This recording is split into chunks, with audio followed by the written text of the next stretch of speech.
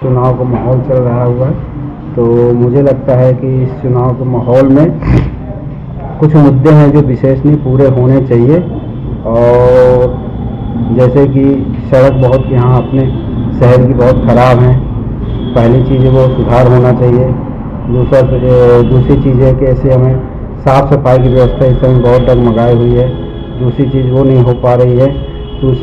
तीसरी चीज़ है कि हमारे रोजगारी के उसमें भी थोड़ा रोजगार से संबंधित कुछ होने चाहिए जिससे कि युवाओं को रोजगार मिल सके। और ऐसे कुछ अन्यथा कई चीज़ें हैं जो होनी चाहिए।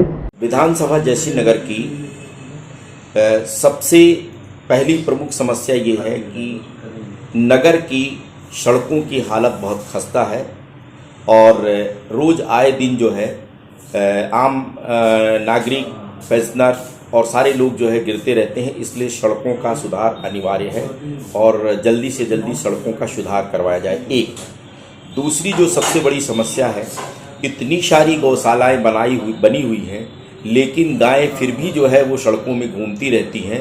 इससे क्या होता है कि कई बार गायों का एक्सीडेंट हो जाता है।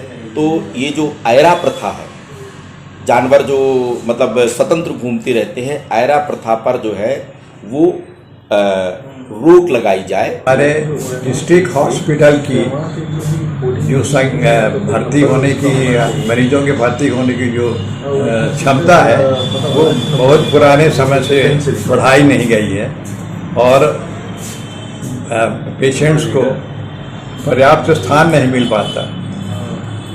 एक ज्वलंत समस्या ये है, उसका समाधान ये होना जरूरी है और इस हॉस्पिटल की क्षमता विस्तार किया जाना चाहिए। सर, पेयजल व्यवस्था की में सुधार लाने की बहुत ज़रूरत है। सल्फा के भरोसे हम बहुत दिन तक नहीं चल सकेंगे।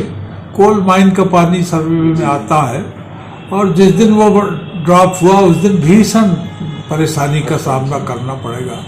तो पेयजल व्यवस्था के लिए कोई स्थायी और अच्छी व्यवस्था की जाए। जैसे नगर तक सोन नदी का बड़सागर डैम का पानी लाने की बात चल रही है, तो वही पानी शहडोल भी अगर आ जाता है, सोन नदी से कनेक्टिविटी हो जाती है तो ज़्यादा उपयुक्त रहेगा। नहीं तो अचानक एक सेटबैक आएगा जिस दिन सल्फा फेल हुआ उस दिन, तो अभी से उसकी व्यवस्था किया जाना बहुत ज़रूरी है। हमारे इस विधानसभा क्षेत्र में क्योंकि शुरू से ही ये आदिवासी एरिया रहा है और इसमें हमारे जनप्रतिनिधि सभी ओबीसी वर्ग से आते हैं, मेरा कहना इसमें ये है कि ये कोई भी विधायक या जनप्रतिनिधि कभी भी विधानसभा में कोई अपने शहर से, अपने नगर से जुड़े हुए सवाल कभी करते हुए नहीं देखा। और हमारे इस आदिवासी इलाके में फंडिंग तो बहुत आती है, लेकिन उसका कुछ ज़मीनी स्तर पे कुछ हकीकत नज़र नहीं आती। हमारे शहर में इंफ्रास्ट्रक्चर सरकार ने दिए, लेकिन उसमें मशीनें आ जाती हैं, लेकिन उसका उपयोग करने वाले लोग नहीं हैं, उसका फ़ायदा जनता को मिलता नहीं है, आवाज़ उठाने वाले जनप्रतिनिधि नहीं हैं।